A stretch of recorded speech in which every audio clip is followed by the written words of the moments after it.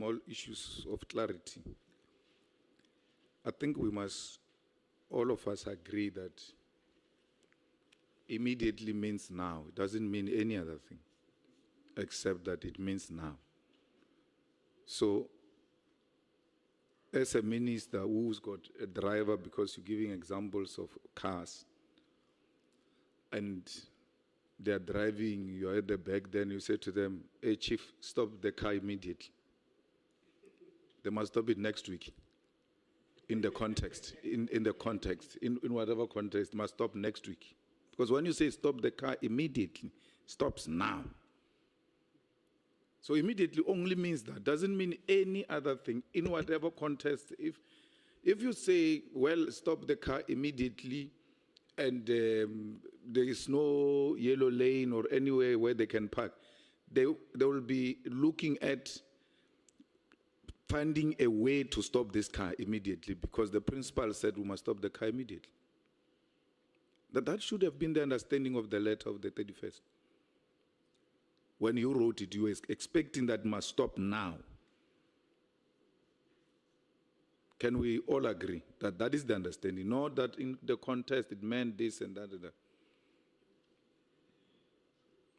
Yes. Chair. Through you. Yes, Honorable Minister, you may respond. The difficulty with that streamlined meaning is that it leaves out what is in the context concretely. The directive doesn't end there. It doesn't say stop now or disband now. It talks about a preliminary report, which I don't believe, I respect your view, but I don't believe we should remove the preliminary report. I don't believe we should remove the UNESCO meeting where same was going to be discussed as per one directive, because it didn't come in any other day. It came on the same day in the same directive. So, yes, I can't say immediate doesn't mean now, but in the context in which it was said, it has a context which gives it that kind of meaning within context. So when you say they must stop immediately, and then what was the thought about what's going to happen to the dockets? Yes, it was to say, go and prepare, in other words, a preliminary report of this directive, because it has to be implemented by them. And once we've looked at the preliminary report, there will be a UNESCO meeting. So that was the thought when I wrote the directive. At the same time as I wrote the directive, it was connected in that particular fashion. And when the dockets find themselves in CBS position, out of CBS instruction, what do you do about it? That would be the subject of discussion of the preliminary report, because the preliminary report is an operational implementation matter with all the implications of the directive. They would then say, this directive means this is what we must do or not do with dockets, this is what we must do or not do with staff, this is what we must do or not do with cases that are on, and all the related matters. They would then include them in the preliminary report, which would give us a way forward. Yeah, but when you hear out of the directive, the dockets are with Sevilla. The instruction is given, all processes and all of that. The next thing, the dockets have been removed, including dockets that were ready to go to court, and then are taken to CBS office. When that is brought to your attention, what did you do about it? When I heard about that, well, we were going to, either we were going to or we were from the meeting, but I know that it was the subject of the meeting of the 6th, what would happen with dockets. Actually, in that meeting, National Commissioner did verbally say to motivate the staggered wind down of National Political Killing Stars team in the motivation. He said he wouldn't want to see dockets disappearing in the process, and I agreed with him. And he said it's based on experience, and I agreed with him.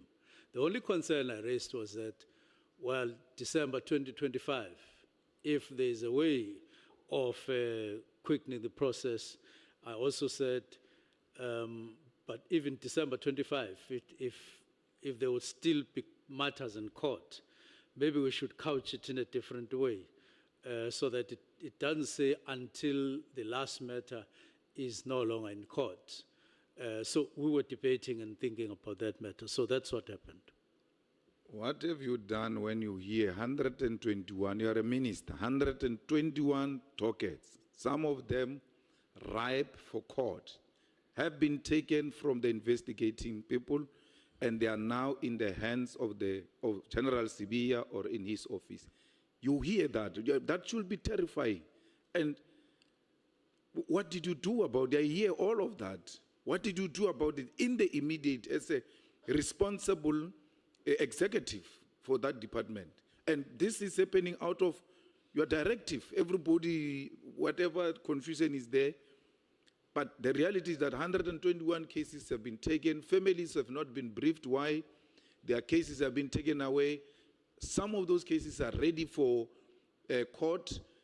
It doesn't matter. Let everything come to Pretoria under General Sibia. That comes to your attention if you didn't know that that was going to happen. But we all now know there are 121 dockets in Pretoria. As a minister who's very good at giving directives, what directive did you give on this one?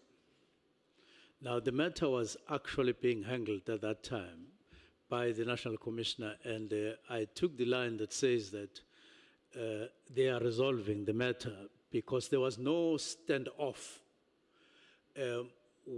For instance, I asked General Sentumule, did you, when these dockets were handed over, was it at gunpoint? And she said, no, it was not at gunpoint. We knew what we were doing, and I took the line that says they are handling the matter. They should be able to resolve it maybe even now as I'm talking, or tomorrow, or something like that. I trusted that the matter was being handled by senior people, two divisional commissioners, and then the national commissioner, and also the deputy national commissioner. So I take it the answer is the minister did not do anything, even when this information became a public information, because you were under the impression that the national commissioner and whoever responsible were attending to the matters because they were more of operational matters. There wasn't any other way. If you believed and trusted that they are handling it, you wouldn't call a meeting. You wouldn't give a directive because they were already handling the matter.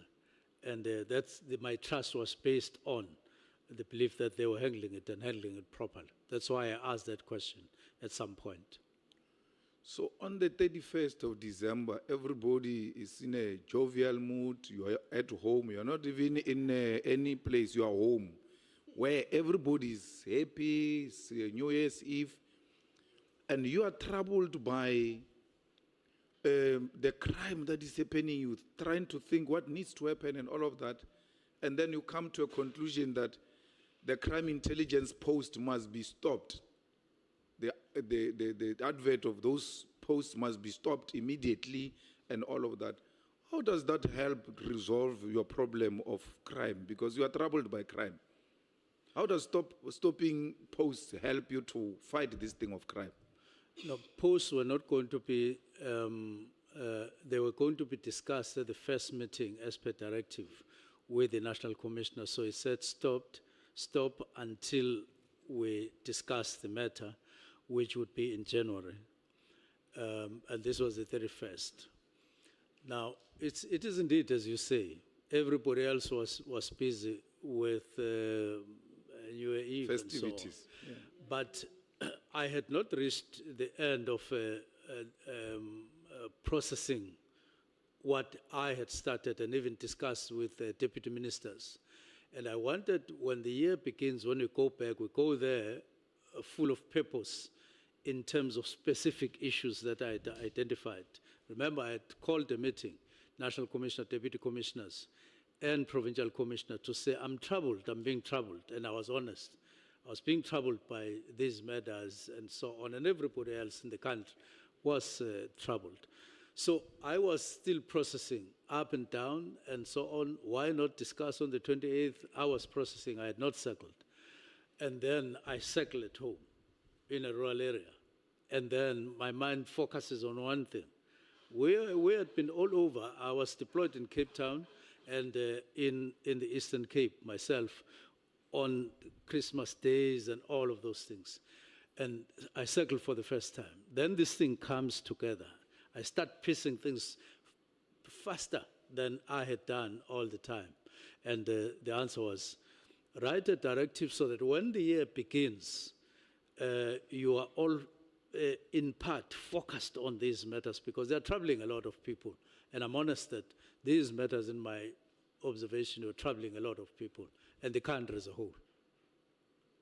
But Minister, there was nothing that was going to happen in between the 31st and the official return. I know the police don't close and all of that, but the business of our country at that time, meaning everybody's withdrawn. And there was nothing urgent that will force you on the 31st of December to say, this, I have to issue this letter now. Why not wait because now it looks very suspicious.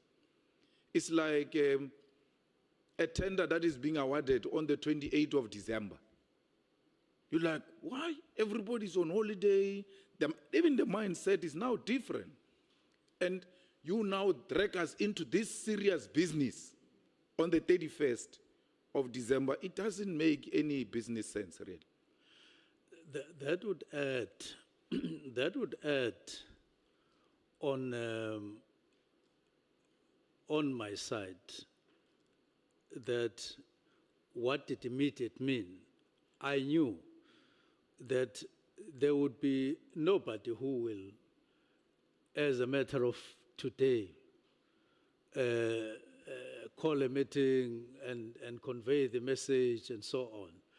But I wanted all of us to have it so that at the beginning of the year, we are able to say there was a directive written on the 31st. And remember, there's nothing untoward about a minister writing a directive on the 31st. It could have been a different directive altogether from this one. It could have said at the beginning of the year, employ people or facilitate or whatever. It could have been any directive within the law.